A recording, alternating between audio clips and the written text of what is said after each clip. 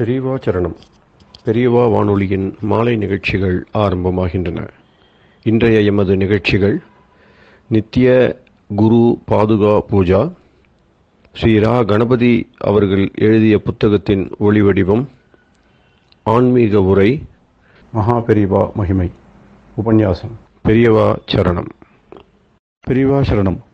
அடுத்த நிகழ்ச்சி நித்திய குரு பாதுகா பூஜை. शुक्लाम्भरधरं विष्णुं शशिवर्णं चतुर्भुजं प्रसन्नवदनं ध्यायेत् सर्वविघ्नोपशान्तये।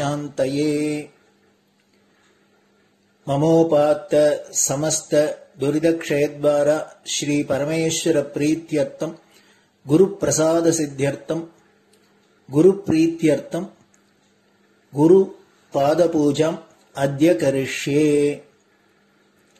गुरुर्ब्रह्मा गुरुर्विष्णुर्गुरुर्देवो महेश्वरः गुरुः साक्षात् परब्रह्म तस्मै श्रीगुरवे नमः। अपारकरुणा सिन्धुं ज्ञानदं शान्तरूपिणं श्रीचन्द्रशेखरगुरुं प्रणमामि मुदान्वहम्। सदाशिवसमारम्भां शङ्कराचार्यमध्यमाम् अस्मदाचार्यपर्यन्तां वन्दे गुरुपरम्पराम्. எல்லோரும் குருவ பெரிவாள தியானம் பண்ணிண்டு அர்ச்சனை பண்ணுவோம். அஷ்டோத்திரம். பெரியவா அஷ்டோத்திரம் பல அஷ்டோத்திரங்கள் இருக்கு. அதுல எளிமையா சுலபமா எது இருக்கோ அதை நான் இப்ப சொல்றேன். எல்லோரும் இதை கேட்டுண்டே திருப்பி சொல்ல முடிஞ்சுபா சொல்லி சொல்லி பெரிவாளுக்கு பாதத்துல ஒவ்வொரு புஷ்பத்தை அர்ச்சனை பண்ணலாம். ओम श्री कांची कामकोटि पीठाधीश्वराय नमः। श्रीमत् चंद्रशेखरेन्द्र सरस्वती गुरुभ्यो नमः। संन्यासाश्रम शिखराय नमः। काषाय दंडधारिणे नमः। सर्वपीठापहारिणे नमः। स्वामिनाथ गुरवे नमः। करुणासागराय नमः। जगदाकर्षण शक्तिमते नमः। सर्वचराचर हृदयस्थाय नमः। ओम भक्त परिपालक श्रेष्ठाय नमः। धर्म परिपालकाय नमः। श्री जयेन्द्र सरस्वत्याचार्याय नमः। श्री विजयेन्द्र सरस्वती पूजिताय नमः। शिवशक्ति स्वरूपाय नमः। भक्ताभीष्ट प्रदायकाय नमः। ब्रह्मण्य पोषकाय नमः। ब्रह्म विष्णु शिवैक्य स्वरूपाय नमः। कांची क्षेत्रवासाय नमः। कैलाश शिखरवासाय नमः। स्वधर्म परिपोषकाय नमः। चातुर्वर्ण संरक्षकाय नमः।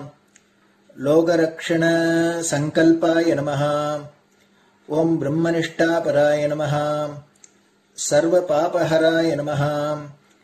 धर्मरक्षक संतुष्टाय नमः। भक्तार्पितधन स्वीकर्त्रे नमः। सर्वोपनिषत् सारज्ञाय नमः। सर्वशास्त्रगम्याय नमः। सर्वलोक पितामहाय नमः। भक्ताभीष्ट प्रदायकाय नमः। ब्रह्मण्य पोषकाय नमः। नानाविध पुष्पार्चितपदाय नमः। रुद्राक्ष क्रीडधारिणे नमः। भस्मोद्दोलित विग्रहाय नमः। सर्वज्ञाय नमः। सर्वचराचर व्यापकाय नमः। अनेक शिष्य परिपालकाय नमः। मनश्चाञ्चल्य निवर्तकाय नमः। अभयहस्ताय नमः। भयापहाय नमः। यज्ञपुरुषाय नमः। यज्ञानुष्ठान रुचिप्रदाय नमः। यज्ञसम्पन्नाय नमः। यज्ञसहायकाय नमः। यज्ञफलदाय नमः। यज्ञप्रियाय नमः। उपमानरहिताय नमः। स्फटिक तुलसी रुद्राक्ष हारधारिणे नमः। चातुर्वर्ण समदृष्टये नमः। ऋग्यजुस्साम अथर्वणादि चतुर्वेद संरक्षकाय नमः। தட்சிணாமூர்த்தி ஸ்வரூபாய நமஹ. ஜாக்ரத் ஸ்வப்ன சுஷுப்தி அவஸ்தாதீதாய நமஹ. கோட்டி சூரிய துல்லிய தேஜோமே ஷரீராய நமஹ. சாது சங்க சம்ரக்ஷகாய நமஹ. அஸ்வகஜ கோபூஜா நிர்வர்த்தகாய நமஹ. குருபாதுக பூஜா துரந்தராய நமஹ. கனகாபிஷிக்தாய நமஹ. ஸ்வர்ண பில்வதள பூஜிதாய நமஹ. சர்வஜீவ மோக்ஷதாய நமஹ. மூக வாக்தான நிபுணாய நமஹ. நேத்ர தீக்ஷாதானாய நமஹ. द्वादशलिंग स्थापकाय नमः. गान रसप्रियाय नमः. ब्रह्मज्ञानोपदेशकाय नमः. सकलकलासिद्धिताय नमः. चातुर्वण्यपूजिताय नमः. अनेकभाषा संभाषण कोविताय नमः. अष्टसिद्धिप्रदायकाय नमः. ओम श्री शारदामठ सुस्थिताय नमः. नित्यान्नदान सुप्रीताय नमः. प्रार्थना मात्र सुलभाय नमः. पादयात्रा प्रियाय नमः. नानाविध मतपंडिताय नमः. श्रुति स्मृति पुराणज्ञाय नमः. देव यक्ष किन्नर किंपुरुष पूज्याय नमः. श्रवणानंदकर कीर्तये नमः. दर्शनानंदाय नमः. अद्वैतानंद भरिताय नमः. अव्याच करुणामूर्तये नमः. शैव वैष्णवादि मान्याय नमः. श्री शंकराचार्याय नमः. दंड कमंडलूहस्ताय नमः. वीणा मृदंग सकलवाद्य नाथस्वरूपाय नमः. रामकथा रसिकाय नमः. वेद वेदांग आगमादि सकलकला सतस्प्रवर्तकाय नमः. हृदय गुहाशयाय नमः. शतरुद्रीय वर्णितस्वरूपाय नमः. केदारेश्वरनाथाय नमः. अविद्यानाशकाय नमः. निष्काम कर्मोपदेशकाय नमः. लघुभक्ति मार्गोपदेशकाय नमः. लिंगस्वरूपाय नमः. सालग्राम सूक्ष्मस्वरूपाय नमः. कालड्यां शंकर कीर्तिस्तंभ निर्माणकर्त्रे नमः. जितेन्द्रियाय नमः. शरणागत वत्सलाय नमः. श्रीशैल शिखरवासाय नमः. डमरुकनाद विनोदाय नमः. वृषभारूढ़ाय नमः. दुर्मद नाशकाय नमः. आभिचारिक दोषहर्त्रे नमः. मिताहाराय नमः. मृत्युविमोचक शक्त्याय नमः. श्री चक्रार्चन तत्पराय नमः. दासानुग्रह कारकाय नमः. अनुराधा नक्षत्र जाताय नमः. सर्वलोक ख्यातशीलाय नमः. वेंकटेश्वर चरण पद्म षट्पदाय नमः. श्री महात्रिपुर सुंदरी समेत श्री चंद्रमौलीश्वर पूजा प्रियाय नमः. श्रीमच्चंद्रशेखरेन्द्र सरस्वती सद्गुरु परब्रह्मणे नमः. गुरुभ्यो नमः. परमगुरुभ्यो नमः. परमेष्टिगुरुभ्यो नमः. परात्परगुरुभ्यो नमः. गुरुपरम्पराभ्यां नमः. गुरुपादुकाभ्यां नमो नमः.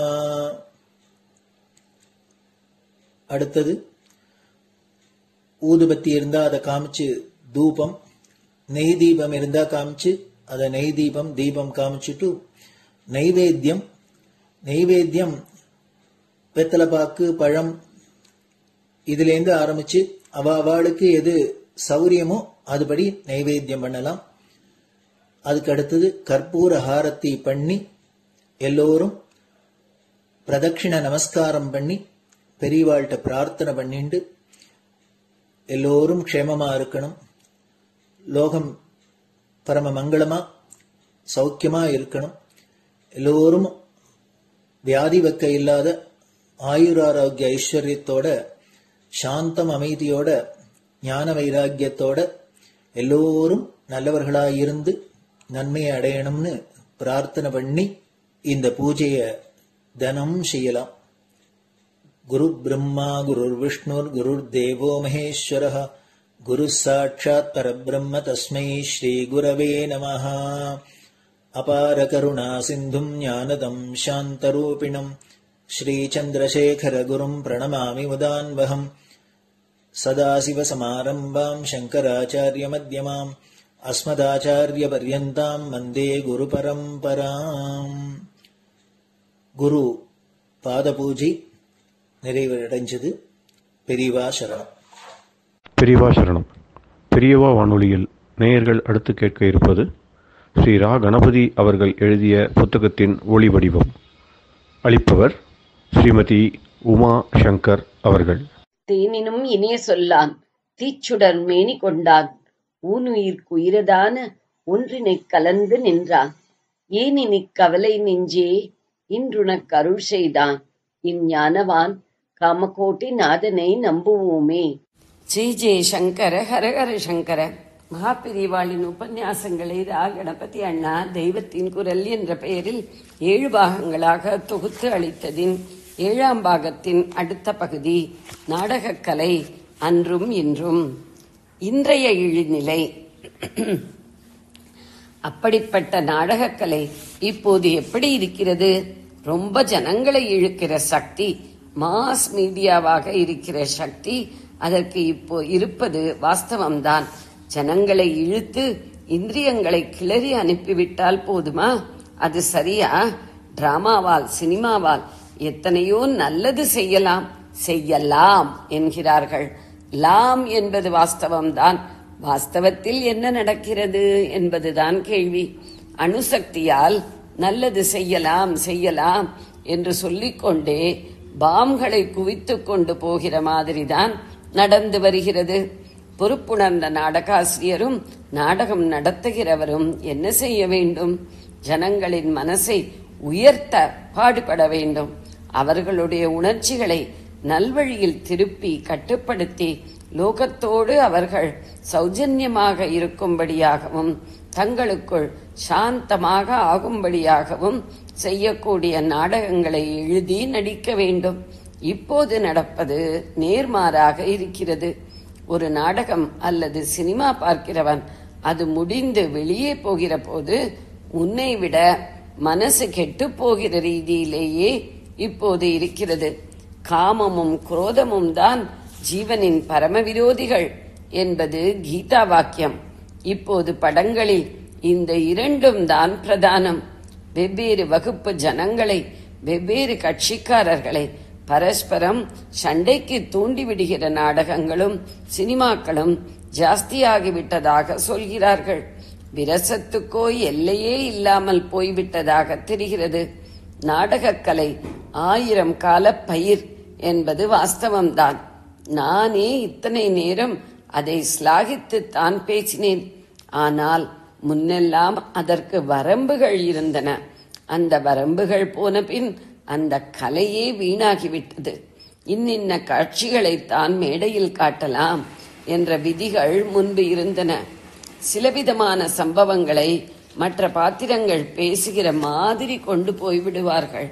ஸ்தூலமாக கண்முன் காட்டி மனசை விகாரப்படுத்த மாட்டார்கள்.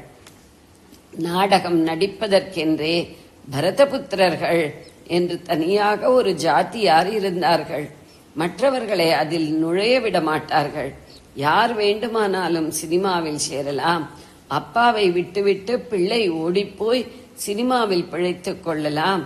ஸ்திரீகள் வீட்டை விட்டு ஓடிப்போய் ஸ்டாராகி விடலாம் என்பதற்கெல்லாம் அப்போது இடமே இல்லை. இதெல்லாவற்றையும் விட அந்த காலத்தில் எத்தனையோ கௌரவமான வரம்புகளுக்கு உட்பட்டே ஸ்திரீ புருஷர்கள் நடித்த போதிலும் கூட வாஸ்தவத்தில் புருஷன் பெண்டாட்டியாக இருப்பவர்கள்தான் நாடகத்திலும் தம்பதிகளாக வருவார்கள். நட்டி சூத்திரதார ட்ரெடிஷன் என்று இதை சொல்லுவார்கள். இப்போது இந்த நல்ல ஒழுக்க விதிகள் எல்லாம் போய்விட்டன. ரொம்ப குழந்தைகள் திருட்டு புரட்டில் விழுவதற்கு சினிமா காட்சிகள் தான் காரணம் என்கிறார்கள். பெண் குழந்தைகள் மானம் மரியாதை இல்லாமல் ஆகியிருப்பதற்கும் இதுதான் காரணம். நம்முடைய தர்மத்துக்கே பெரிய நஷ்டம் இதனால் வந்திருக்கிறது. முன்னெப்போதையும் விட இப்போது சமூகத்துக்கு நாடகக் கலையால் ஏற்பட்டிருக்கிற ஆபத்து பயங்கரமானது. ஏனென்றால் முன்னே நாடகம் என்றால் ஒரு ஊரில்தான் நடக்கும். இப்போது சினிமா என்று வந்து எத்தனை காப்பி வேண்டுமானாலும் பிரிண்ட் பண்ணி உலகம் முழுக்க ஒரே சமயத்தில் காட்ட முடியும் என்றாகிவிட்டது. நாடகம் நல்ல கலைதான், வாஸ்தவம். நல்லபடியாக நடத்தினால் ஜனங்களை நல்வழிப்படுத்த அது பெரிய சாதனம் என்பது வாஸ்தவம். ஆனால் நடைமுறையை பார்க்கிற போது எனக்கு சினிமா டிராமா அடியோடு வேண்டாம் என்றுதான் தோன்றுகிறது. டாக்குமெண்டரி, கல்வி படங்கள், விஷுவல் எஜுகேஷன் என்று காட்டுகிறார்களே, அதோடு போதும் என்றுதான் தோன்றுகிறது. சயின்ஸ்களுக்கு மட்டும் சினிமா போதும். சமூக சீர்திருத்தம், சமய வளர்ச்சி, இதற்கெல்லாம் சினிமா வேண்டாம். அவை மற்ற வழியில் நடக்கிறபடி நடக்கட்டும், நடக்காவிட்டால் போகட்டும் என்றுதான் சொல்ல தோன்றுகிறது. என்னை எல்லோரும் ஸ்தோத்திரம் செய்யலாம்.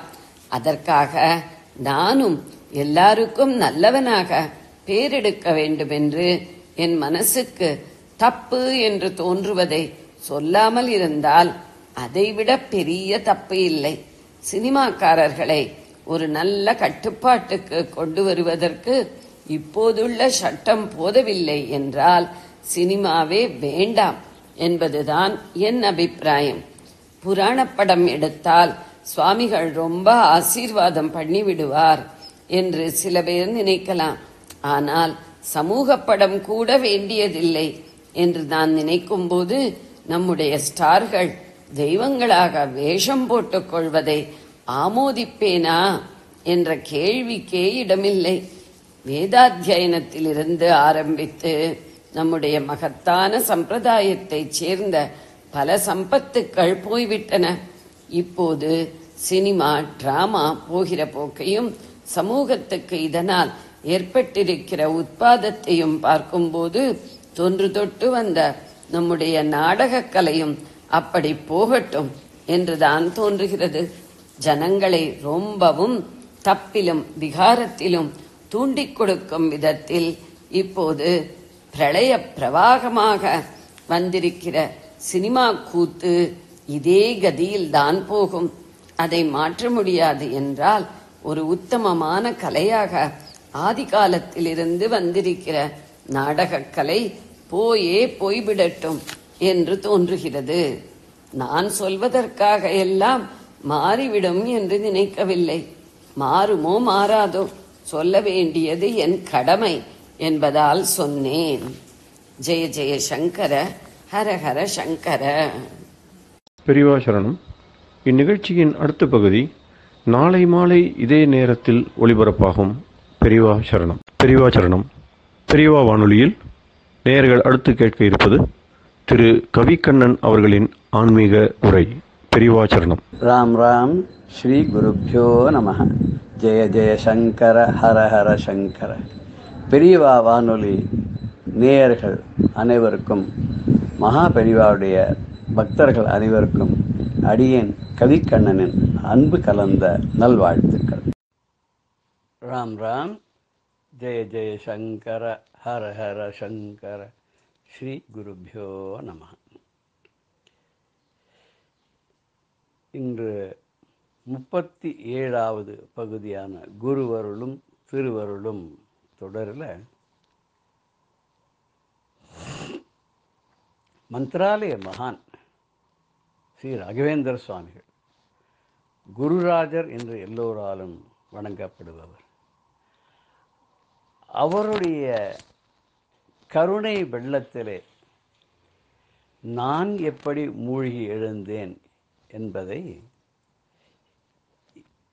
இந்த வாரம் அடுத்த வாரம் உங்களுடன் பகிர்ந்து கொள்ள இருக்கிறேன். அவருடைய கருணையை விவரிக்க 2 வாரங்கள்லாம் போராது, 2 வருஷம் ஆனாலும் சொல்ல முடியாது. இருந்தாலும் ரொம்ப முக்கியமான சில நிகழ்வுகள் என்னுடைய வாழ்க்கையில் நடந்ததை நான் உங்களோட பகிர்ந்துக்கிறேன்.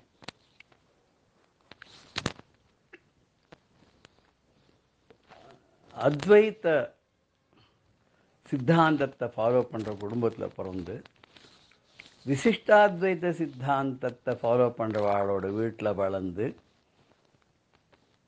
துவைத்த சித்தாந்தத்தினுடைய குருவான குருராஜருடைய பக்தனாக நான் இன்னைக்கு கவிக்கண்ணன் இருக்கேன் அப்படின்னா அது ஒரு பெரிய ஒரு ஆச்சரியமான விஷயம்தான். அது எம்மதமும் சம்மதம்லாம் சொல்லலாம், அது ஒரு ஆச்சரியமான விஷயம். அப்படி ஒரு அமைஞ்சது எனக்கு. நான் கிட்டத்தட்ட ஒரு 1980க்கு முன்னாடி எனக்கு அவ்வளவு ராகவேந்திர சுவாமியை பற்றி தெரியாது. அப்போ எங்கள் சொந்தக்காரர் ஒருத்தர் அவர் வீட்டில் இந்த ராகவேந்திர சுவாமி படம் வச்சு அவர் சேரில் வச்சு அதை தினம் பிரதட்சிணம் பண்ணிட்டு வருவார். அப்போ ஒரு சமயத்தில் ஒரு சபாவில் மந்த்ராலய மகான் அப்படின்னு சொல்லி ஒரு ட்ராமா ஒன்று போட்டார். அந்த ட்ராமாவுக்கு நான் போயிருந்தேன். அந்த ட்ராமாவில் தான் தெரியும் ராகவேந்திர சுவாமிகள் மந்த்ராலய மகான் அப்படிங்கிறது. அந்த காலத்தில் ரொம்ப ஃபேமஸாக புரந்தரதாஸ் சந்தானம்னு ஒருத்தர் இருந்தார். அவர் தான் போடுவார் புரந்தரதாசர் கதை, அப்புறம் ராகவேந்திர சுவாமிகளோட கதையெல்லாம் எடுத்து அந்த காலத்தில் போடுவார். அதை பார்த்த உடனே எனக்கு ஒரு ஈடுபாடு ராகவேந்திர சுவாமி கிட்ட வர ஆரம்பிச்சுது. அப்போல்லாம் எனக்கு தெரிஞ்ச ஒரே ஒரு ராகவேந்திர சுவாமிகளோட மடம் கோடம்பாக்கத்தில் வடபழனி தாண்டி இருக்கக்கூடிய தசரதபுரம்ங்கிற ஊரில் ராமா ஸ்ட்ரீட்னு சொல்லக்கூடிய இடத்துல அங்கே இருக்கிற ராகவேந்திர மடம் தான் எனக்கு தெரியும். அங்கே வாரம் போய் தரிசனம் பண்ணிட்டு வருவேன். ஞாயிற்றுக்கிழமை ஒரு டிவிஎஸ் 50 வச்சுன்னு போயிட்டு வருவேன். ஒரு சந்தர்ப்பத்தில் அங்கே இருக்கிற பட்டர் என்ன பண்ணார்னா ஒரு பெரிய படம், அது 3 அடிக்கு 2 அடி ராகவேந்திர சுவாமியோட படம், அருமையான படம். அந்த மாதிரி படம் இன்றைக்கி கிடைக்கவே கிடைக்காது. அது கொண்டையராஜன் அவர் வரைஞ்சது, ரொம்ப அபூர்வமான படம். அந்த சிரிச்சுண்டு அந்த மாதிரி ராகவேந்திரர் பார்க்கவே முடியாது. அவர் என்கிட்ட ஒரு ரோல் அந்த படத்தை கொடுத்து, நீங்கள் வாரம் தரிசனம் பண்ணியிருக்கேன், எனக்கு என்னவோ இந்த படம் கொடுக்கணும்னு தோணுச்சு. யாரோ 108 படம் பண்ணி விநியோகத்துக்கு கொடுத்தா 2 தான் மிச்சம், 1 நான் வச்சுட்டுருக்கேன், 1 உங்களுக்கு கொடுங்க அப்படின்னு. நாங்கள் அந்த சந்தர்ப்பத்தில் ஒரு சின்னதாக ஒரு எல்ஐஜி ஃப்ளாட்டில் கொடுத்தனம் பண்ணிட்டு இருந்தோம். அந்த வீட்டில் நான் சொன்னேன், இவ்வளோ பெரிய படத்தை கொண்டு போய் வைக்கிறது எனக்கு வேண்டான்னு சொல்கிறதுக்கும் மனசு கஷ்டமாக இருக்குது. ஆனால் சுருட்டி கொண்டு போய் வச்சாலும் பூச்சி அரிச்சிடும், படம் போட்டு வைக்கிறதுக்கும் இடம் இல்லாத இருக்குது அப்படின்னு சொன்னோன்னே அவர் என்ன சொன்னார், எங்கிட்டயே இருக்கட்டும், உங்களுக்கு என்னைக்கு சௌரியப்படுதோ அப்போ எடுத்துங்க, ராயர் என்னைக்கு உங்கள் வீட்டுக்கு வரணும்னு நினைக்கிறாரோ அன்றைக்கி அவர் வருவார், ஆனால் இது உங்களுக்கு தான் அப்படின்னு சொல்லி மேலே ஒரு இதில் அலமார் மாதிரி இருந்து அதில் வச்சு விட்டார். இது நடந்தது 1983 வருஷத்தில் ஜனவரி மாதத்தில் பொங்கல் சந்தர்ப்பத்தில். அதுக்கப்புறம் பிப்ரவரி மாதத்தில் நான் அலுவலக சம்பந்தமாக வெளியூர் போகும்படியாக கர்நாடகாவில் இங்கே பிஜப்பூர்லாம் தாண்டி எங்கேயோ ஒரு இடத்துல இருக்கேன். அப்போ திடீர்னு எனக்கு அங்கே இருக்கிற என்னுடைய அலுவலகத்துக்கு சென்னையிலேருந்து எங்கள் ஹெட் ஆஃபீஸ் மூலமாக தகவல் உடனே சேரவும் தகப்பனாருக்கு உடல்நிலை சரியில்லை. சரின்னு அங்கேருந்து என்னென்ன டிரான்ஸ்போர்ட்லாம் இருக்குமோ அத்தனையும் லாரியில் டாக்ஸியில் அதில் இதுலன்னு சொல்லி அங்கேருந்து ஒரு மாதிரி பிடிச்சி சென்னைக்கு வந்தாக்க என்னுடைய தகப்பனாருக்கு வயிற்றில் ஏதோ பிளாக்கேடு இருந்து எதுவுமே சாப்பிட முடியாத நிலைக்கு போய் எக்ஸ்ரே எல்லாம் எடுத்து பார்த்தா வயிற்றுக்குள்ளே பெருங்குடலில் பெரிய ஒரு பிளாக்கேடு இருக்குது, அதை இம்மீடியட்டாக ரிமூவ் பண்ணணும், அது பிள்ளை வந்தால் தான் கையெழுத்து போட்டால் தான் பண்ணுவேன்னு விட்டார் டாக்டர். உடனே அதை ஏற்பாடெல்லாம் பண்ணினோம். பண்ணி கிட்டத்தட்ட ஒரு டானா ஷேப்பில் வயிற்றில் மார்பிலேருந்து கீழே அடி வயிறு வரைக்கும் கட் பண்ணி ரைட் சைடு ஒரு 4 இன்ச்சு, மொத்தம் கிட்டத்தட்ட 14 இன்ச்சு வரைக்கும் கட் பண்ணி அது தையெல்லாம் போட்டு எல்லாம் பண்ணியாச்சு. சரி, மயக்கமெல்லாம் தெளிஞ்சது அப்படின்னு பார்த்தா திடீர்னு அவருக்கு விக்கல் வந்துடுது. விக்கல் நிற்கவே இல்லை. அதுக்கு உண்டான மருந்து சென்னையில் எங்கேயுமே கிடைக்கவே இல்லை. அந்த விக்கல் ஜாஸ்தி ஆக என்ன ஆச்சுன்னா தையல் முழுக்க பிரிஞ்சுடுத்து. தையல் முழுக்க பிரிஞ்ச உடனே குடல்லாம் வெளியில் தெரிய ஆரம்பித்தா என்ன பண்ணுறதுன்னா டாக்டர் பார்த்துட்டு, ஐயோ இனிமேல் உண்மையாக பண்ண முடியாது, இது அந்த புண்ணு ஆறதுக்கு முன்னாடி மறுபடியும் தைக்கிறதுங்கிறதும் நடக்கிற காரியம் இல்லை, இது கடவுளாக காப்பாற்றினா தான் உண்டு, நீங்கள் சுவாமியை வேண்டிங்க எல்லாருக்கும் சொல்லுங்கன்னு சொல்லிட்டு போயிட்டார். நான் நேராக வீட்டுக்கு ராயர்கிட்ட வேண்டினேன், உங்கள் படத்தை கொண்டு வரலங்கிறதுக்காக எனக்கு இந்த பனிஷ்மெண்ட்டா? அப்பாவை நல்லபடியாக தயவு பண்ணி கொண்டு விடுவாங்க வீட்டுக்கு, எங்கள் அம்மாவுக்கு மங்கல்ய பிச்சை கொடுங்க, உமக்கு எம்மேலே ஏதாவது கோபம் வந்தால் எனக்கு ஏதாவது தண்டனை கொடுங்க, அப்பாவுக்கோ அம்மாவுக்கோ கொடுக்காதீங்க அப்படின்னு வேண்டின்னு நான் வந்துவிட்டேன். எப்படி இருந்தாலும் டாக்டர் சொன்ன கெடு பிரகாரம் 24 மணி நேரத்துக்குள்ளே என்ன வேணாலும் ஆகலாம், நான் யாராவது இருந்தால் சொல்லி அனுப்புங்க, நான் வீட்டுக்கு வந்துவிட்டேன். நான் அன்றைக்கே நான் போகல, அதுக்கு அடுத்த நாளும் போகல. இது திங்கள் செவ்வாய் புதன் போவே இல்லை. புதன்கிழமை சாயங்காலம் என்னுடைய மைத்துனர் வந்தார். வந்து, உங்களுக்கு விஷயம் தெரியுமா, அப்பாவுக்கு வந்து விக்கெல்லாம் நின்றுடுத்து.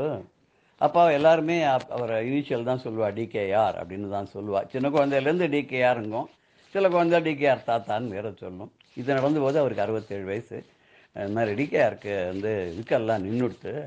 இன்றைக்கி வந்து அந்த டாக்டருக்கு ஃபாரின்லேருந்து ஒரு ஸ்ப்ரே ஒன்று வந்திருக்கு. அந்த ஸ்ப்ரேயை நல்லா அடித்து விட்டாலே அந்த பேஸ்ட் மாதிரி அந்த தையல் போட்ட இடத்துல அப்படியே ஒட்டின்னு விடுமா. இன்றைக்கி 11 மணிக்கு பண்ண போகிறார் அப்படின்னு. சரி, நான் ஆஸ்பத்திரிக்கு போனேன். 11 மணிக்கு அவருக்கு அந்த ஸ்ப்ரே பண்ணி அந்த பேண்டேஜ் மாதிரி அதை பண்ணி ஆஸ்பத்திரியில் அதில் வந்து வார்டுக்கு மெதுவாக கொண்டு வந்தார். ஒரு 10 நாள் ஆஸ்பத்திரியில் இருந்தார். அங்கே நிறைய பேர் உபகாரம் பண்ணால் அந்த சமச்சரத்தில் எனக்கு வந்து ஹெல்ப் பண்ணுவா. எத்தனையோ பேர்னு அது கணக்கில் அடங்காத பேர்லாம் ஹெல்ப் பண்ணால். இது முடிஞ்சது, பேண்டேஜெல்லாம் போட்டாச்சு. அதுக்கப்புறம் அவரை மாடியில் 2வது மாடியில் தான் ரூம் கொடுத்துருந்தது.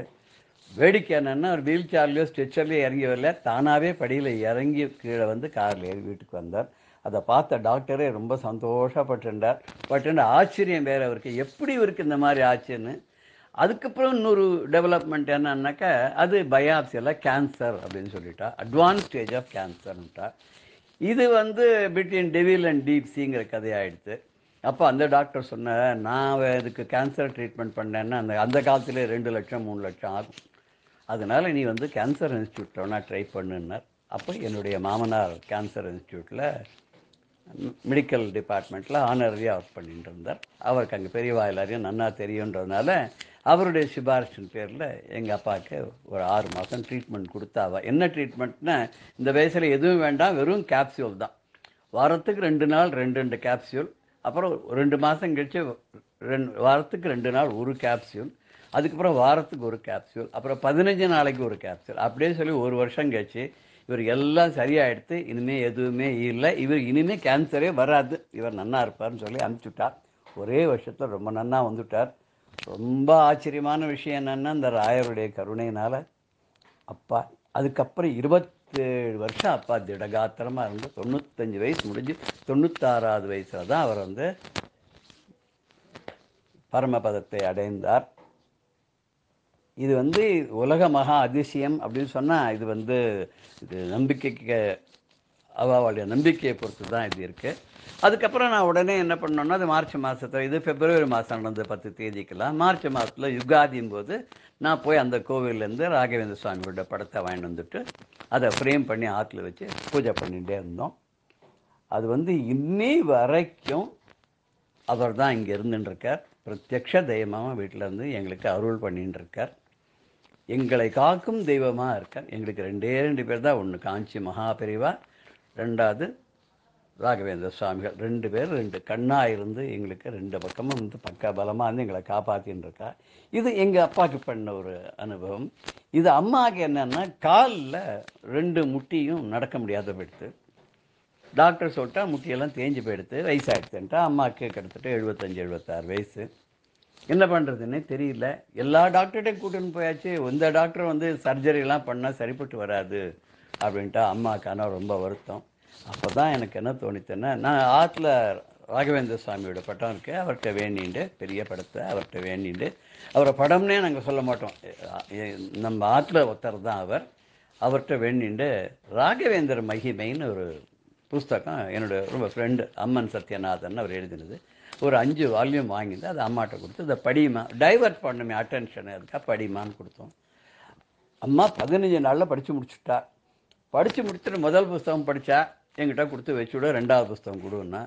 2வது புஸ்தகத்தை தானே கொண்டு போய் தட்டு மாதிரி வச்சு விட்டா. 3வது புஸ்தகம் படித்தா. 4வது ஆச்சு. 5வது புஸ்தகத்தை தானே எடுத்துன்னு வந்து படிச்சுட்டு தானே கொண்டு போய் வச்சு விட்டா.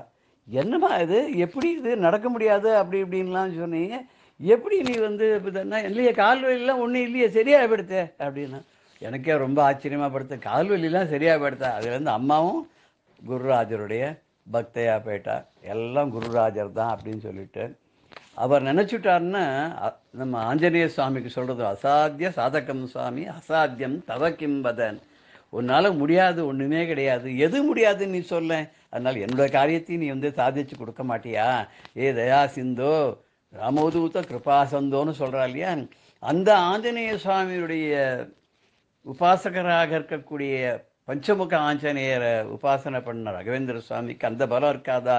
அவருடைய கருணை நமக்கு கிடைச்சிருத்தோன்னு சொன்னால் எதை வேணாலும் வெல்லலாமே, கவலையே பட வேண்டாமே. இன்று வரை எங்களுடைய குடும்பத்திற்கு சேம நலங்களை எல்லாம் பார்த்து கொண்டிருக்கக்கூடிய அந்த பிரகலாதராயருடைய மறுவதாரமான வியாசராயருடைய புனரவதாரமான ஸ்ரீ ராகவேந்திர சுவாமிகள் இந்த க்ஷணம் பரியந்தம் உங்களோட நான் பேசுகிறேனே, பகிர்ந்துக்கிறேனே, இதுவும் அவருடைய கருணையினால் அவருடைய அருணால தான் அப்படின்றது அந்த குருவருளை திருவருளாக மாற்றி எங்களுக்கு மழையாக பொழிந்து கொண்டிருக்கக்கூடிய குருராஜருடைய கருணையின் சின்னமாக இன்னும் பல நிகழ்வுகளை நாம் வருகிற வாரங்களிலே எப்படி என்னுடைய துணைவியாருக்கு அவருடைய கருணை கிடைத்தது, எனக்கு எப்படி அவர் விளையாடி இருக்கிறார், அதன் பிறகு என்னுடைய மகனுக்கு எப்படி அவர் கருணை புரிந்திருக்கிறார் என்பதையெல்லாம் வருகின்ற வாரங்களிலே நம்ம பார்க்க இருக்கிறோம். அதுவரை ஜெய ஜெய சங்கர ஹர ஹர சங்கர ஸ்ரீ குருப்யோ நம. ராம் ராம். வாழ்க வளமுடன். பெரியவா சரணம். இந்நிகழ்ச்சியின் அடுத்த பகுதி நாளை மாலை இதே நேரத்தில் ஒளிபரப்பாகும். பெரியவா சரணம். பெரியவா சரணம். அடுத்த நிகழ்ச்சி மகா பெரியவா மகிமை உபன்யாசம். வழங்குபவர் பிரம்மஸ்ரீ கணேச சர்மா அவர்கள். அபார கருணா சிந்தும் ஞானதம் சாந்தரூபிணம் ஸ்ரீ சந்திரசேகர குரும் பிரணமாமி முதான்வகம். பெரியவா யாத்திரையில் பல இக்கட்டான சந்தர்ப்பங்களில் அதை எப்படி சமாளிக்கிறது அப்படிங்கிறத பெரியவா நமக்கு ரொம்ப இங்கிதமாக ரொம்ப அழகாக சொல்லி காமிப்பா. இது ஏதோ அந்தந்த சந்தர்ப்பங்களில் தான் அப்படின்னு இல்லை, நம்ம வீட்டில் இருக்கிறதையோ மற்ற இடங்கள்லையும் அதை ஃபாலோ பண்ணலாம். எல்லாம் இருந்தால் கூட நாம் அத்தனையும் உடனே அதை உபயோகப்படுத்தணும் அப்படிங்கிற அவசியம் இல்லை. எல்லாம் இருந்தால் கூட எளிமையாக இருக்கலாம், அதை இருக்க கற்றுக்கணும் அப்படிங்கிறதுக்காக தான் இப்படி ட்ரைனிங் மாதிரி பெரியவா பண்ணாலும் என்னமோ. இந்த சமையலில் ரொம்ப மகா கட்டிக்காரர் அப்படின்னு சொன்னோம், அதுக்கு பல நிகழ்ச்சிகளை பார்த்தோம். அந்த சமையலில் விஷயங்கள்லேயே பல நிகழ்ச்சிகள் இருக்குது. ஒவ்வொரு சந்தர்ப்பத்தில் ஒவ்வொருத்தருக்கும் பெரியவா ரொம்ப ஆச்சரியமாக சொல்லிக் கொடுப்பா, ரொம்ப ஹாஸ்யமாகவும் இருக்கும். புதுக்கோட்டை ராதா அப்படிங்கிற அம்மா, அந்த அம்மா தரிசனத்துக்கு போயிருக்கிறது பெரியவா கேட்குறா. இத்தாப்பில் ஆம்பளைகள்லாம் இருந்திருக்கு, இந்த சமையல் சாப்பாடெல்லாம் பற்றி பேச்சு வந்தது. பெரியவா அந்த ஸ்வயம்பாகத்தை ரொம்ப வலியுறுத்துவா. ஸ்வயம்பாகம் அப்படின்னா நம்மளே சமைச்சு சாப்பிட்ருக்குது. எதுக்காக நாமளே சமைச்சு சாப்பிட்றது அப்படின்னா வேறு ஒன்றும் இல்லை, அடுத்தவா சமையல் பண்ணி நம்ம சாதம் போட்டால் தான் நம்மளோட நாக்கு ருச்சிக்காக நாம் சாப்பிடுவோம். ஈத்த பண்ணு அத்தை பண்ணு, இது சரியில்லை அது சரியில்லை அப்படின்லாம் குத்தங்குறையெல்லாம் சொல்லிட்டு நாம் நாக்கு நெட்டுன்னு சாப்பிடுவோம். அதனால் நம்மளோட நாக்கு தான் வளர்றது.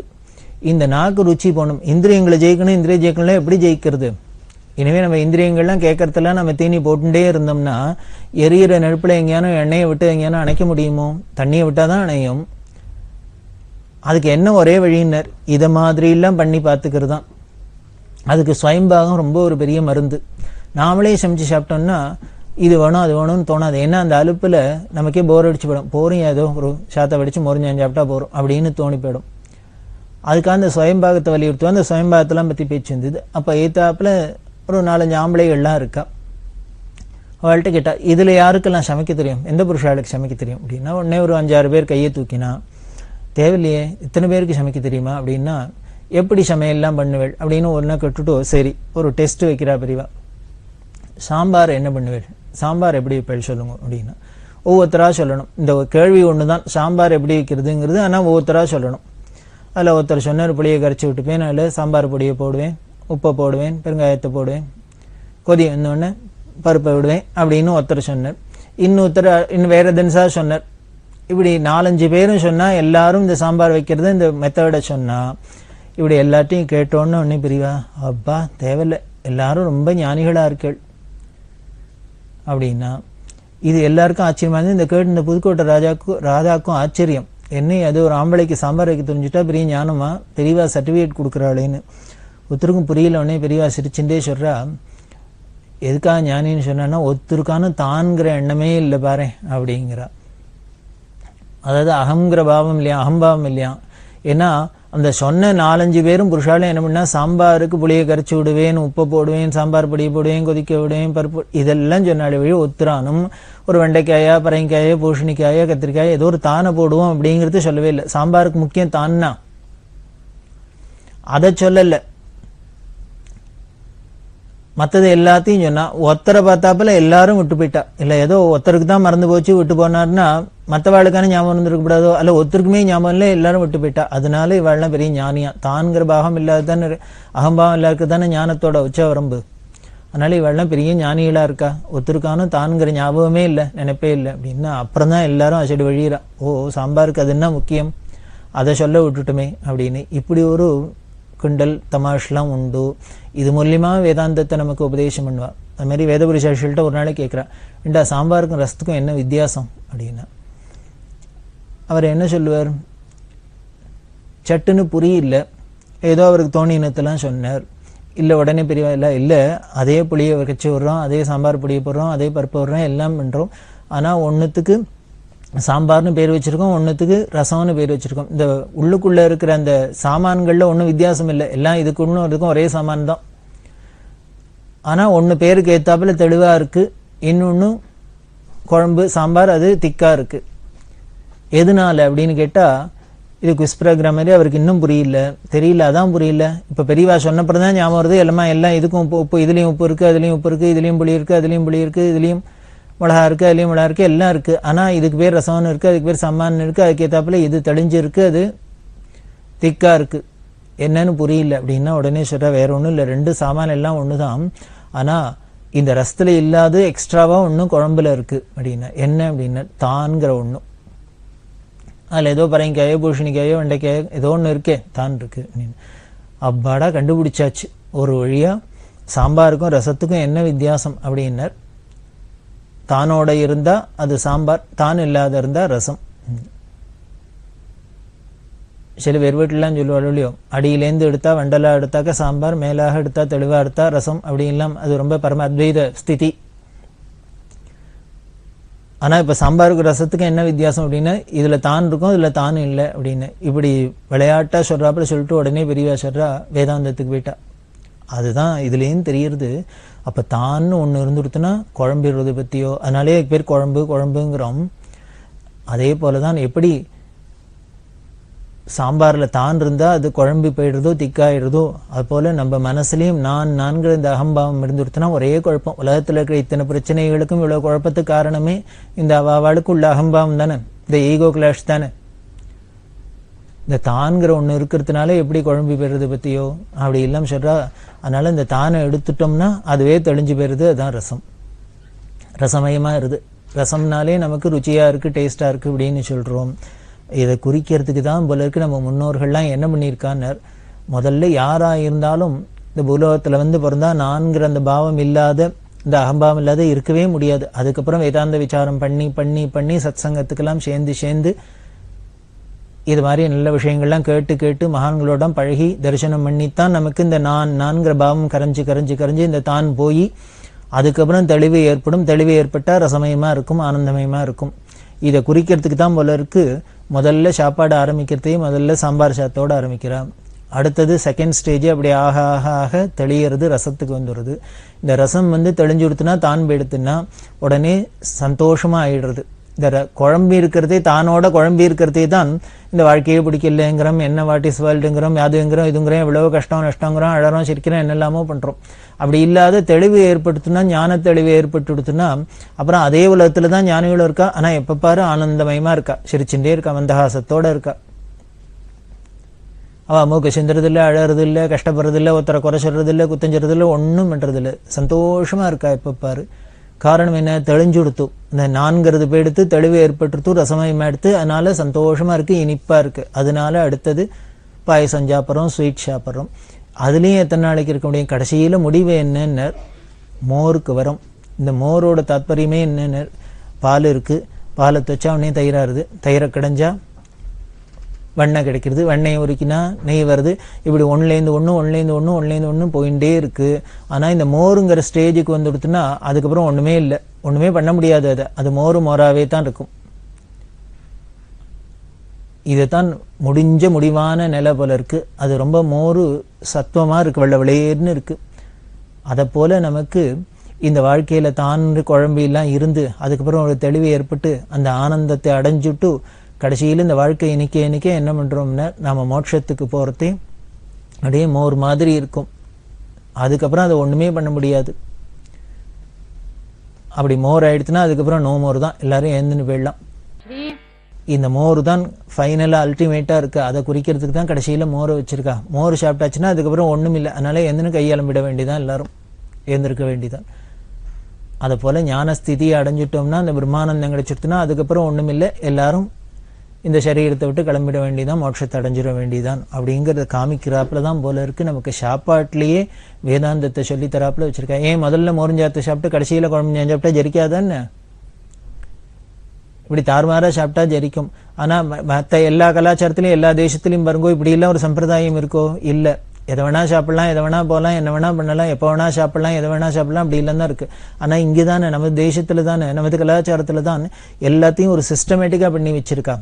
இப்படிதான் சாப்பிடணும், இப்பதான் தூங்கணும், இப்பதான் குளிக்கணும், எல்லாத்துக்கும் ஒரு நமக்கு சாஸ்திரம் சொல்லி வச்சிருக்கே. காரணம் என்னன்னு, அது அத்தனையிலையும் வேதாந்தம் புதைஞ்சு கிடக்கு. நம்மளை பக்குவப்படுத்துறதுக்கு தான் இருக்கு. அன்னன்றி வாழ்க்கை மாதிரி இருக்கலாம், ஏதோ சாப்பிட்டுட்டு தூங்கினு தானே இருக்க முடியும். அதுலயே நம்ம கவனம் வந்து கொடுத்தோம்னாலே, அதையே நம்ம ஒழுங்கா பண்ணியிருந்தோம்னாலே நமக்கு என்ன கிடைக்கணுமோ அந்த ஞான மோட்சம் கிடைச்சிடும். அப்படி ஒரு சிஸ்டம் தான் நமக்கு செட்டப் பண்ணி கொடுத்துருக்கா ரிஷிகள்லாம். அதை மாதிரி அந்த தத்துவங்கள்லாம் சொல்றதுக்கு தான் இப்படி பெரிய மாதிரி அவதாரங்கள் மகான்கள்லாம் வரா. இல்லையா அவளுக்கு சாம்பாருக்கும் ரசத்துக்கும் என்ன வித்தியாசம்னு இப்ப தெரிஞ்சுன்னு ரொம்ப ரொம்ப அவசியமா என்ன? சாதாரணமா பார்த்தோம்னா ஒரு ஞானி கேட்கிற கேள்வியா இது அப்படிங்கிறோம் தோணலாம் நமக்கு. ஆனா இதுல கூட என்ன விஷயம் இருக்குன்னா யாரு ஞானியால தானே சொல்ல முடியும். அதுக்காக தான் பெரியவா இப்படி கேட்கிறா. அதே மாதிரி ரப்பர் போர்டில் உத்தியோகமா இருந்தார், சேர்மனா இருந்தார் சுவாமிநாதன் அப்படின்னு, ரொம்ப பெரியவா பக்தர். அவர் என்ன பண்ண, டெல்லியில போயிட்டு பெரியவா தரிசனத்துக்கு வந்தார். டெல்லியில ஒரு இடத்துல ஒரு அனுமார் கோவில் இருக்கு, அந்த அனுமார் கோவிலை பத்தி பேச்சு வந்தது. பெரியவா நீ அங்க பாத்தியோ அப்படின்னா, பார்த்தேன்னு. அங்க என்ன விசேஷம் அப்படின்னா, இல்ல அங்க ஒரு வினோதம் ஒண்ணு இருந்தது, விசேஷமா ஒண்ணு வினோதமா இருந்ததுன்னு. என்ன அப்படின்னா, இல்ல அனுமாருக்கு ஜிலேபி மேல சாத்தின்தா அப்படின்னு.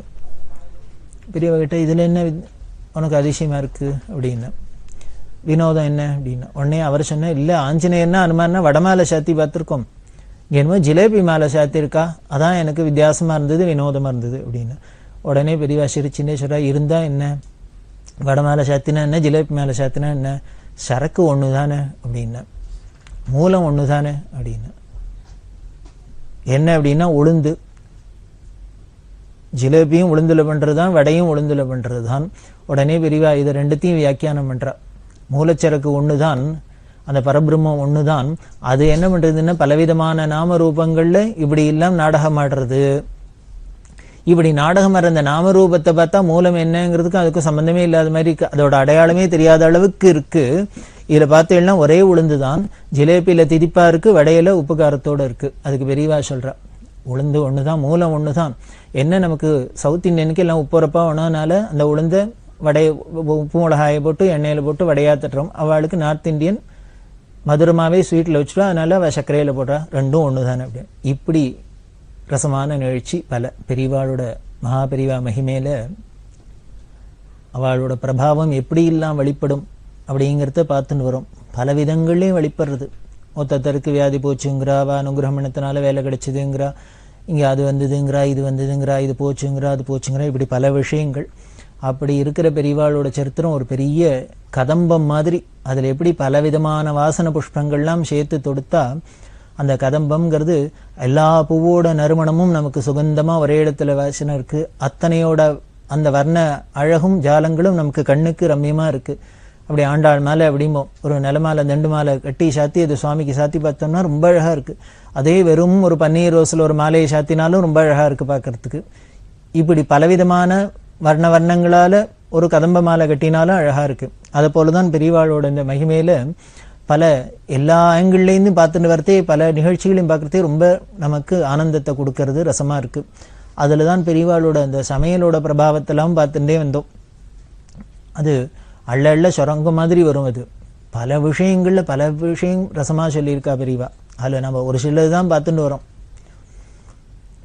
அப்படி பார்க்கறதே இதெல்லாம் எதுக்கு அப்படின்னா, இது இல்லாம நமக்கு மெசேஜ் இருக்கு. உதாரணத்துக்கு சொல்லணும் அப்படின்னா, பருப்போடையே பெருங்காயத்தை வேக போட்டு பருப்பு வேக பொறுத்தே பெருங்காயத்தை போட்டுட்டோம்னா அது சாம்பாருக்கும் ஆச்சு, ரசத்துக்கும் ஆச்சு. அப்படின்னா இது ஏதோ ஒரு சிக்கனம் மாதிரி இருக்கு. சிக்கனத்துக்கு சிக்கனம் அதே சமயம் எளிமைக்கு எளிமை, எல்லா விதத்திலையும் நமக்கு அதுக்கு ஒரு உபயோகமா இருக்கு. பெரியவா சிக்கனம்னு ஒன்று ஞாபகம் வருது. சிக்கனம்ங்கிறது ரொம்ப முக்கியம். அந்த சிக்கனம் எப்படி இருக்கணும் அப்படின்னு பெரியவா நீங்க பார்த்தீங்கன்னா தெய்வத்தின் குரல் எடுத்தா அதுல வரிசையா சொல்லிட்டு வர. அந்த சிக்கனம்ங்கிறது ஏதோ காசு பணம் செலவழிக்கிறதுல தான் அப்படின்னு இல்லை. நம்ம சிக்கனமா இருக்கணும் அதுல தான் வச்சுட்டு இருக்கோம். அதுவும் ரொம்ப முக்கியம்தான். இதுக்கு என்ன பண்ணணுங்கிற வரிசையா ஸ்டெப் பை ஸ்டெப்பா சொல்லிட்டு வரா. முதல்ல காசு பணம் செலவழிக்கிறதுல கையில சிக்கனமா இருக்கணும். அடுத்தது வாயில சிக்கனமா இருக்கணும். நாம அடுத்தது நிறைய செலவழிக்கிறது வார்த்தைகளை தான்.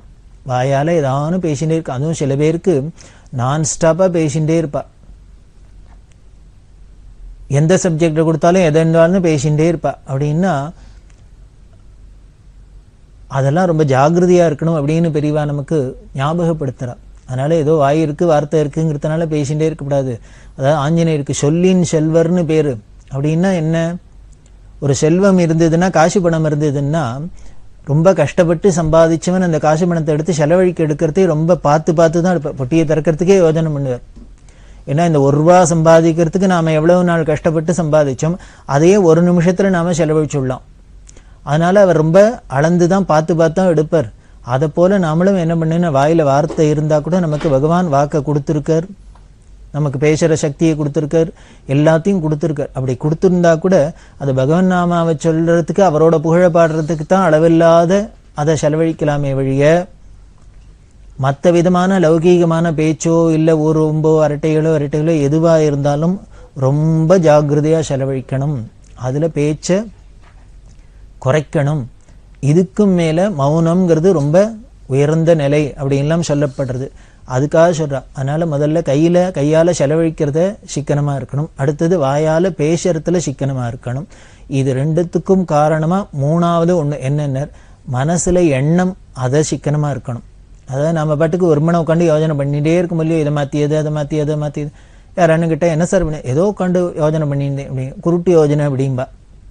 நாம அப்ப இந்த யோஜனை பண்ண காரியம் எல்லாம் ஒன்றும் செயல் வடிவம் நடக்க போறதில்லை, ஒன்றும் காரியத்துக்கு உதவ போறதில்லை. இருந்தாலும் மனசுல ஒரு எண்ணம், ஏன்னா அந்த மனசோட சுபாவம் எப்ப பாரு இது ஏதோ ஆடிண்டே இருக்கு, இதை மாத்தியது அது மாத்தியது மாதிரி யோஜனை பண்ணிருக்கு இல்லையா, அதை பண்ணணுமா, அதை அதாவது நிலைநிறுத்தணும்னு அர்த்தம். மனசை ஆடாத அசங்காத பண்ணணும். ஊத்துக்காடு வெங்கடகவி பாட்டு இருக்கே, ஆடாது அசங்காதுவா கண்ணா அப்படின்னு ஒரு பாட்டு இருக்கே சாகித்யம். என்ன, இந்த பாட்டை கேட்டாலே என்ன பண்ணணும்னு நம்மளோட மனசோட ஆட்டம்லாம் அடங்கிடணும். அது எதுக்கு அவர் கூப்பிடுறாரு கவிஞர் அப்படின்னர், இந்த பக்தர் ஏன் இப்படி கூப்பிடுறாருன்னு, உன்னோட ஆட்டத்தை பார்த்தாச்சு, நீ தான் ஆடல் நடராஜன்னே பேர் அவருக்கு. அடிக்க அந்த ஆட்டத்தை பார்த்துட்டோம்னா இப்படி எங்களோட மனசோட ஆட்டம்லாம் நின்று போயிடும். நின்னுன்னும் அப்படி பார்க்கணும், பார்த்தாலும் தரிசனாத்த அப்பிரசதஸ்னா அதான், பார்த்த மாத்திரத்துல மோட்சம் அப்படின்னா அப்படி பார்க்கணும். நம்மளோட மனசுங்கிறதே இல்லாத போயிடணும், ஆட்டமே நின்று போயிடணும், அப்படி தரிசனம் பண்ணணும். அதனால தான் இப்படி என்னோட மனசெல்லாம் ஆடாத அசங்காத இருக்கிறதுக்கு நீ வா அப்படின்னு கண்ணான்னு கூப்பிடுறவர். அதை போல இந்த மனசுல இருக்கிற ஆட்டம் அடங்கணும் அப்படின்னா எண்ணம் இல்லாத இருக்கணும், அதுல சிக்கனமா இருக்கணும். எண்ணமே இல்லாத இருக்க நிலைங்கிறது ரொம்ப உயர்ந்த நிலை, அது வர்றது ரொம்ப சிரமமான காரியம், அது பின்னால வரும். ஆனா அதுக்கு என்ன பண்ணணும்னு முதல்ல அந்த எண்ணங்களை நினைக்கிறத நினைப்ப கொஞ்சம் கொஞ்சமா கட் பண்ணிட்டே வரணும். இப்படி ஏதாவது வேண்டாத எண்ணம் லௌகீக எண்ணம் வந்துதா உடனே மனசை மாத்திட்டு பெரியவாளை பத்தி ஸ்மரிக்கிறது, பெரியவா மகிமையை நாம உடனே சிரவணம் பண்றது, அதை நினைச்சுக்கிறது. அப்படின்னு இப்படி பகவத் ஸ்மரணையில கொண்டு வந்துட்டே இருந்தோம்னா மற்றதெல்லாம் நின்று போயிடும். இப்ப என்ன ஆயிடுத்து, பலதுல மனசு எண்ணம்னு எண்ணிண்டு உள்ளுக்குள்ள போயிருந்தது, இப்போ ஒரே எண்ணத்துக்கு வந்துடுத்து. இது சிக்கனம் தானே, நாலா பக்கமும் ஓடி இருந்தது செலவழிச்சிருந்தது, இப்போ ஒண்ணுல ஒரு செலவா வந்து இன்னொன்னு சொல்லி அது சிக்கனம் தானே. அதைத்தான் சொல்றா பெரியவா, எண்ணத்துல சிக்கனமா இருக்கணும் அப்படின்னு. இப்படி எண்ணத்துல சிக்கனம் வந்துடுத்துனாலே அப்புறம் வாயில பேச்சும் சிக்கனம் தானே குறைஞ்சு போயிடும். அதுக்கப்புறம் பேச்சும் குறைஞ்சு போயிடுத்துன்னா காரியத்திலையும் குறைஞ்சு போயிடும். இப்படி காரியத்துல சிக்கனமா இருக்கணும்னா அப்ப என்ன பண்ணணும்னு, முதல்ல மூலம் மனசுல எண்ணம் சிக்கனமா இருக்கணும். எண்ணம் சிக்கனமா இருந்தா வாயில வார்த்தைகள் சிக்கனமாயிடும், அதிகமா பேச மாட்டோம். அப்படி இல்லைன்னா உன்னை காரியமும் நின்று போயிடும். இதுதான் உயர்ந்த ஞான நிலை. அதுக்காக தான் பெரியவாசரா சிக்கனமா இருக்கணும். அந்த சிக்கனமா இருக்கணுங்கிறத என்ன பண்ணலாம், இப்படி கூட சொல்லி காமிக்கலாமே.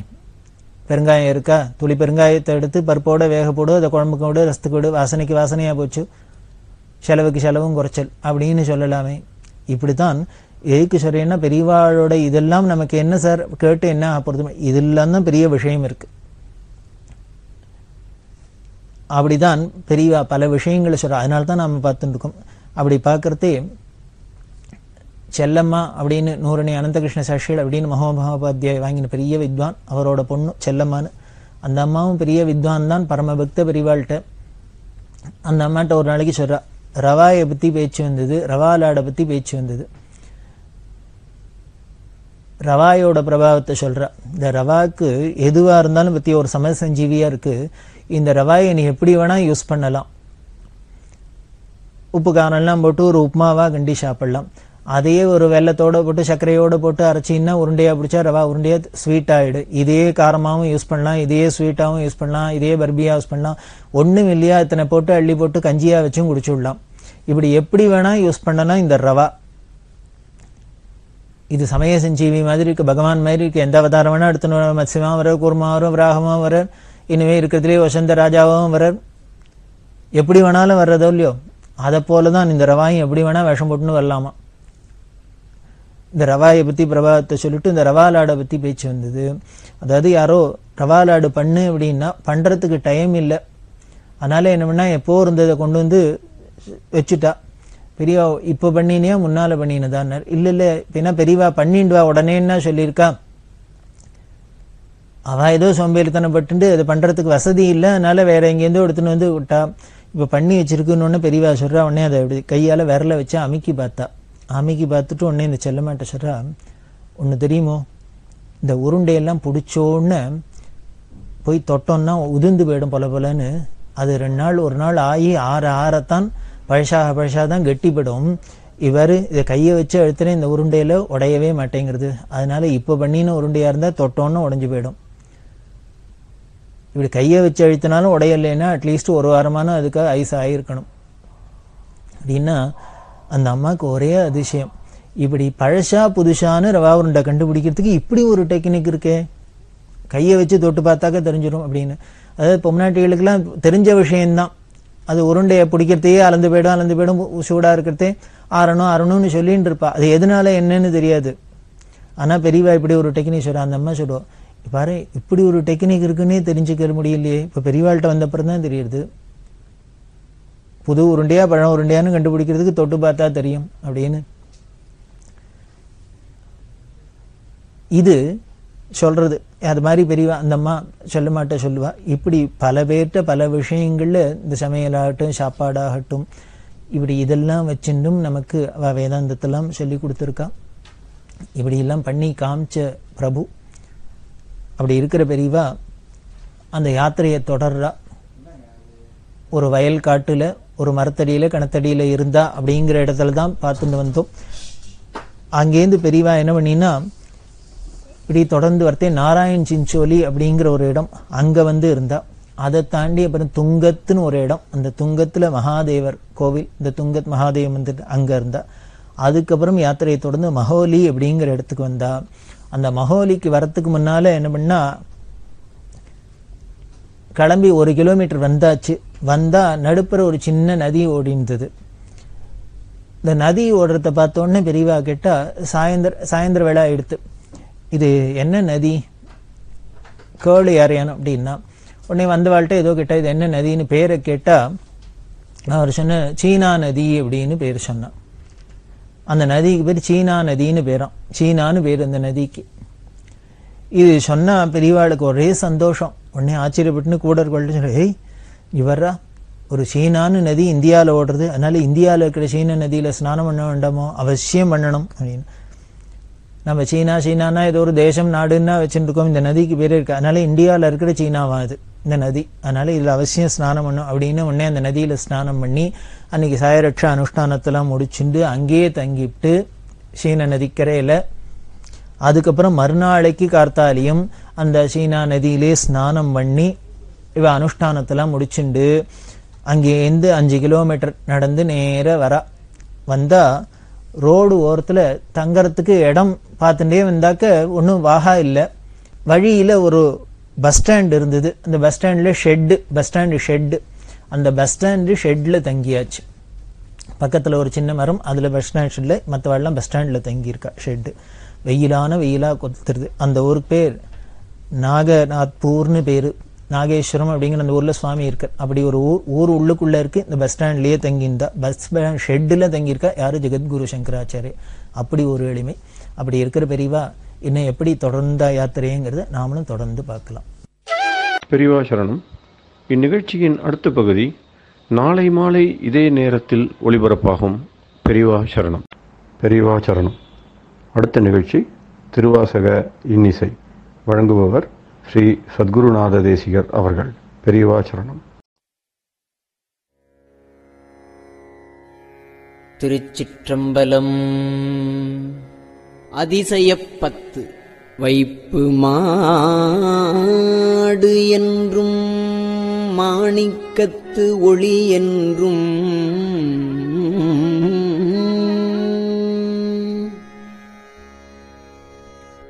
மனத்திடை உருகாதே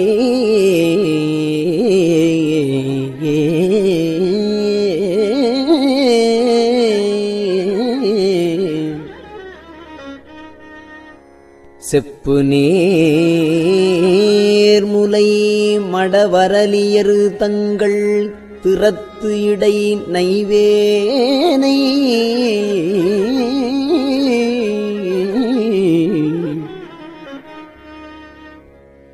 வைப்பு மாடு என்றும்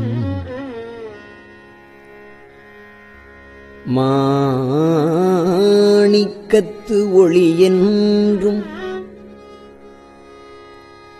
மனத்திடை உருகாதே செப்பு நேர்முலை மடவரலியர் தங்கள் திறத்து இடை நைவேனை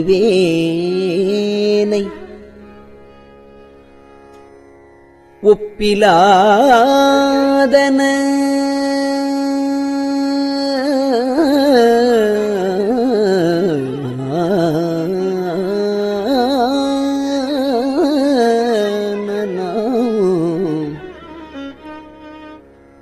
உவமனில் இறந்தன உன் மலரு திருப்பாதத்து அப்பன்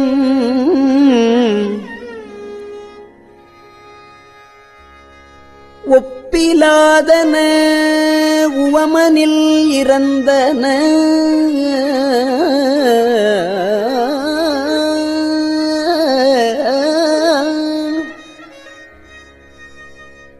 உன்மலர் திருப்பாதத்து அப்பன்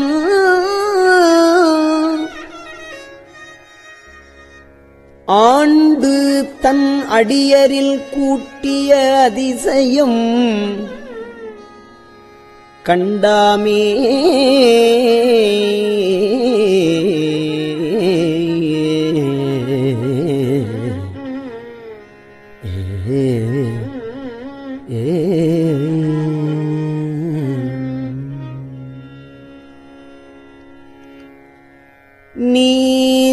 நீதியாவன யாவையும் நினைக்கிலேன்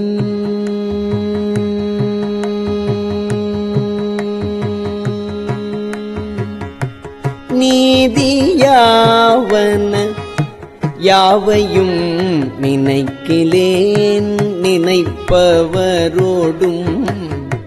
கூடேன் நீதியாவன யாவையும் நினைக்கிலேன் நினைப்பவரோடும் கூடேன் ஏதமே பிறந்து இறந்து உழல் வேந்தனை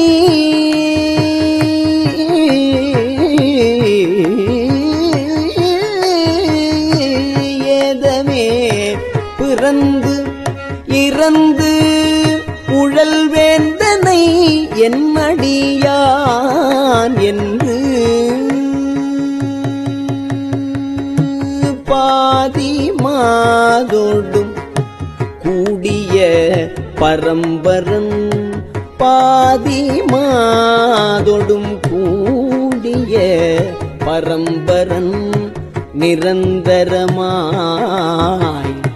நின்ற ஆதி பாதி மாதொடும் கூடிய பரம்பரன் நிரந்தரமாய் நின்ற ஆதி ஆண்டு தன் அடியரில் கூட்டிய அதிசயம் கண்டாமே. ஆதி ஆண்டு தன் அடியரில் கூட்டிய அதிசயம் கண்டாமே.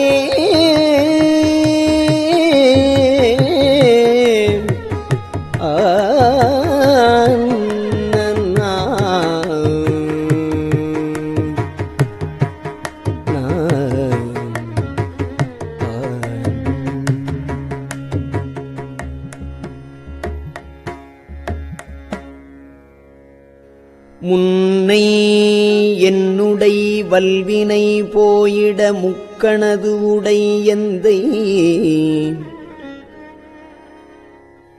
தன்னை யாவரும் அறிவதற்கு அரியவன் எளியவன் அடியார்க்கு பொன்னை வென்றதோர் புரிசடை முடிதனில் பொன்னை வென்றதோர் புரிசடை முடிதனில் இளமதி அது வைத்த அன்னை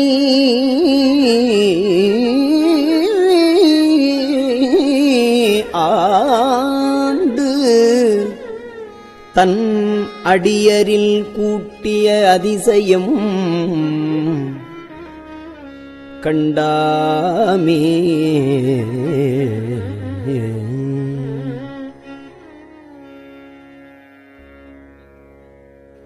பித்தன் என்று எனை உலகவர் பகருவதோர் காரணம் இது கேளீர். ஒத்து சென்று தன் திருவருள் கூடிடும் உபாயம் அது அறியாமே.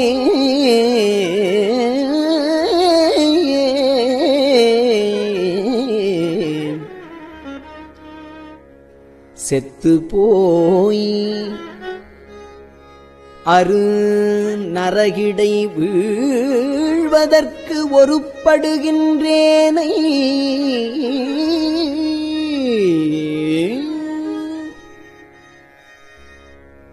அத்தன்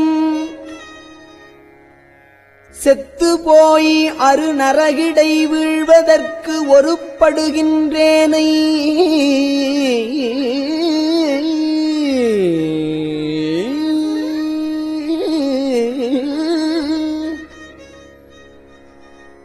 அத்தன் ஆண்டு தன் அடியரில் கூட்டிய அதிசயம் கண்டாமே.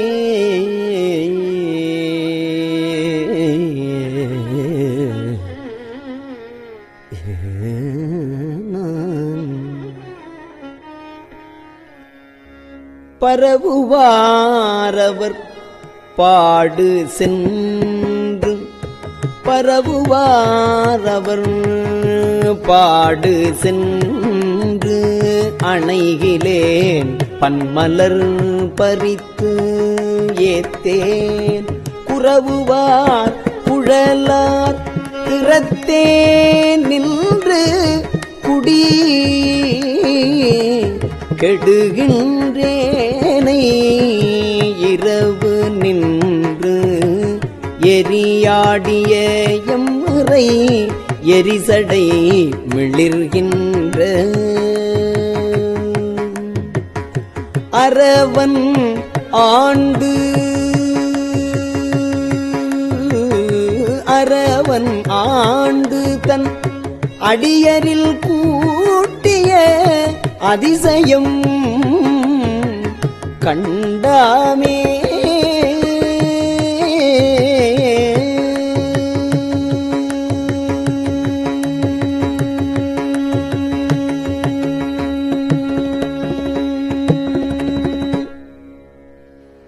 எண்ணிலேன் திருநாமம் அஞ்சு எழுத்தும் என் ஏழைமை அதனாலே அஞ்செழுத்தும் எண்ணிலேன் திருநாமம் அஞ்செழுத்தும் என் ஏழைமை அதனாலே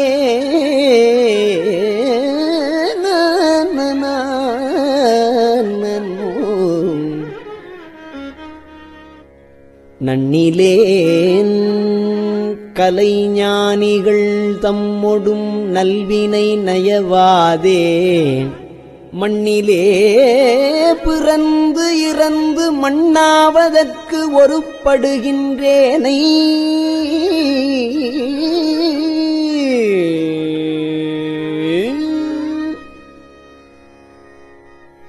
மண்ணிலே பிறந்து இறந்து மண்ணாவதற்கு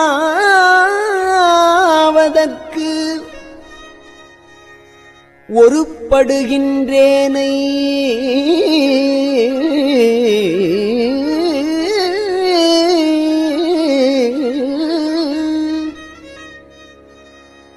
அண்ணல் ஆண்டு தன் அடியரில் கூட்டிய அதிசயம் கண்டாமே.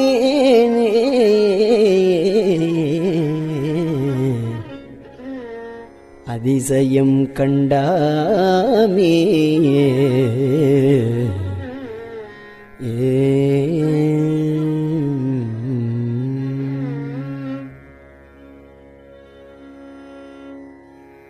புத்தை ஊன் சுவரு புழுப்பொதிந்து உளுத்து அசும்பு ஒழுகிய பொய்க்கூரை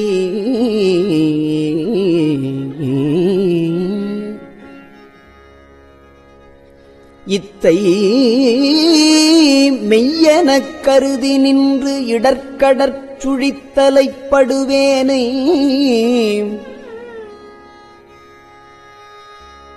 முத்து மாமணி மாணிக்க வைரத்த பவளத்தின் முழுச்சோதி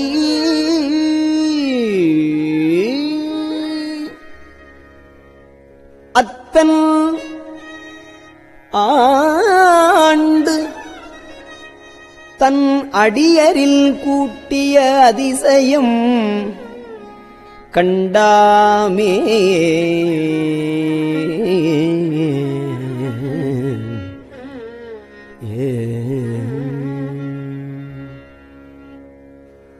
நீக்கி முன் எனை தன்னொடு நிலாவகை குரம்பையில் புகப் பெய்து நீக்கி முன் எனை தன்னொடு நிலாவகை குரம்பையில் புகப் பெய்து நோக்கி நுண்ணிய நொடியன சொற்செய்து நுகமின்றி விழாக்கைத்து தூக்கி முன் செய்த பொய்யற துகளறுத்து எழுதரு சுடற்சோதி தூக்கி முன் செய்த பொய்யற துகளறுத்து எழுதரு சுடற்சோதி ஆக்கி ஆண்டுதல் அடியரில் கூட்டிய அதிசயம் கண்டாமே.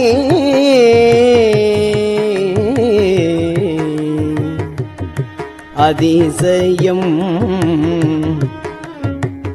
கண்டாமே.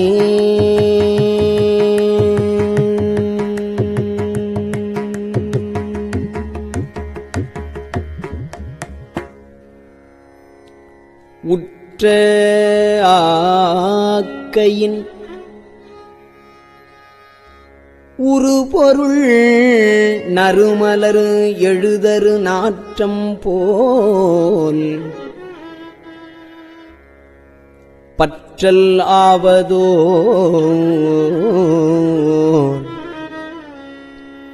நிலையிலா பரம்பொருள் அப்பொருள் பாராதே.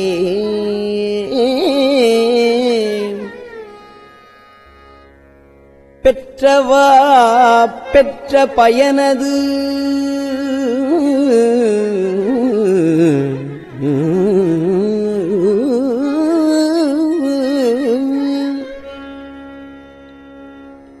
பெற்றவா பெற்ற பயன் அது நுகர்ந்திடும் பித்தர் சொல் தெளியாமே.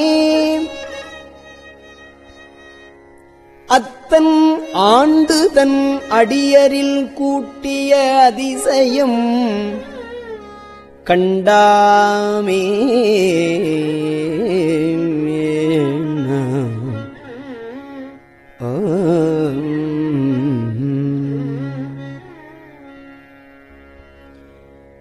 இருள் திணிந்து எழுந்து இருள் திணிந்து எழுந்து இட்டதோர் வல்வினை சிறுகுடில் இது இத்தை பொருளென கழித்து அரு நரகத்திடை விழ புகுகின்றேனை பொருளென கழித்து அரு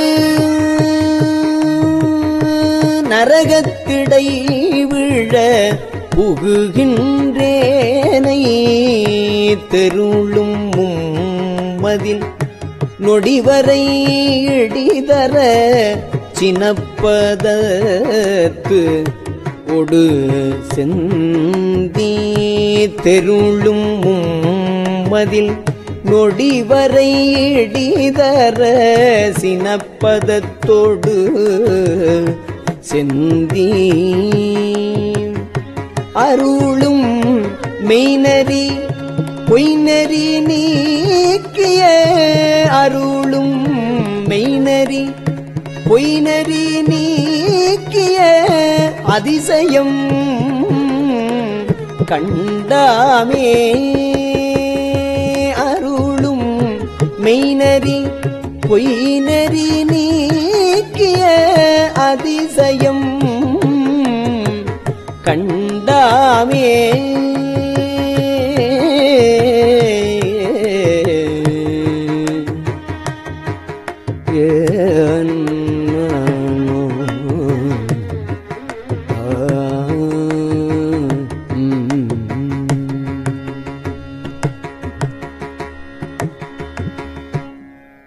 திருச்சிற்றம்பலம்.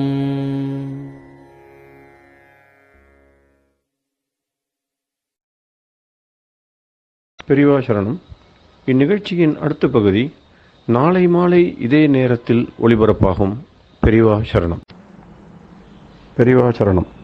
பெரியவா வானொலியின் இன்றைய நிகழ்ச்சிகளின் நிறைவாக திருப்பொன்னூசல் வழங்குபவர் சத்குருநாத தேசிகர் அவர்கள். பெரியவா சரணம். திருச்சிற்றம்பலம். திருப்பொன்னூசல்.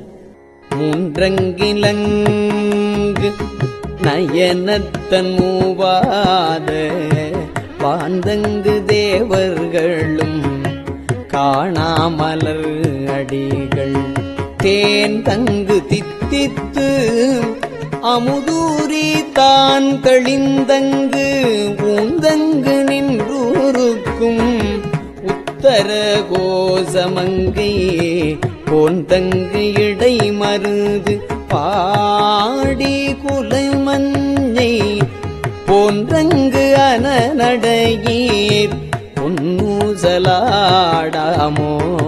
போன்றங்கு அனநடையீர் பொன்னூசலாடாமோ.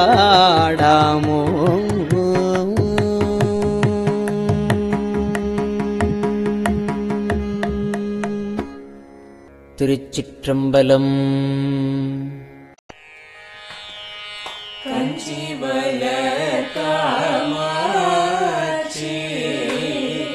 தங்குழந்தாய் சங்கரரே கஞ்சி வளர காமாட்சி தங்குழந்தாய் சங்கரரே குரு சந்திரசேகரரே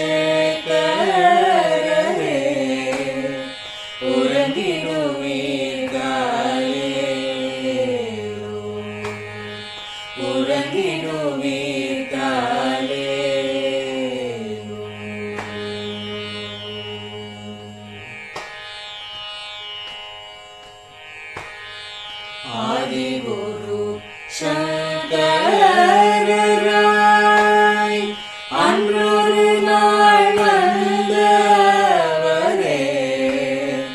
68 பீட்டபதி காலே ஏழுலகும் பூப்பவரே காப்பவரே கரப்பவரே எல்லோர்க்கும் அருள்பவரே உறங்கிடுவீர்காலே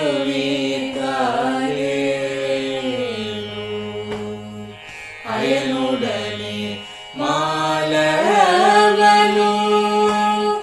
தேடிய பொற்பதத்தவரே அருமறைகள் சாற்றும் முயல் மலர்பதமே காலே முக்தி நிலை எய்திடவே சக்தி தரும் சத்குருவே முக்தி நிலை எய்திடவே சக்தி தரும் சத்குருவே நித்தமெங்கள் நாவீசையில் நித்திரை கொள்தாயே நித்தமெங்கள் நாவீசையில் நித்திரை கொள்தாயே நித்தமெங்கள் நாவீசையில் நித்திரை கொள்தாயே.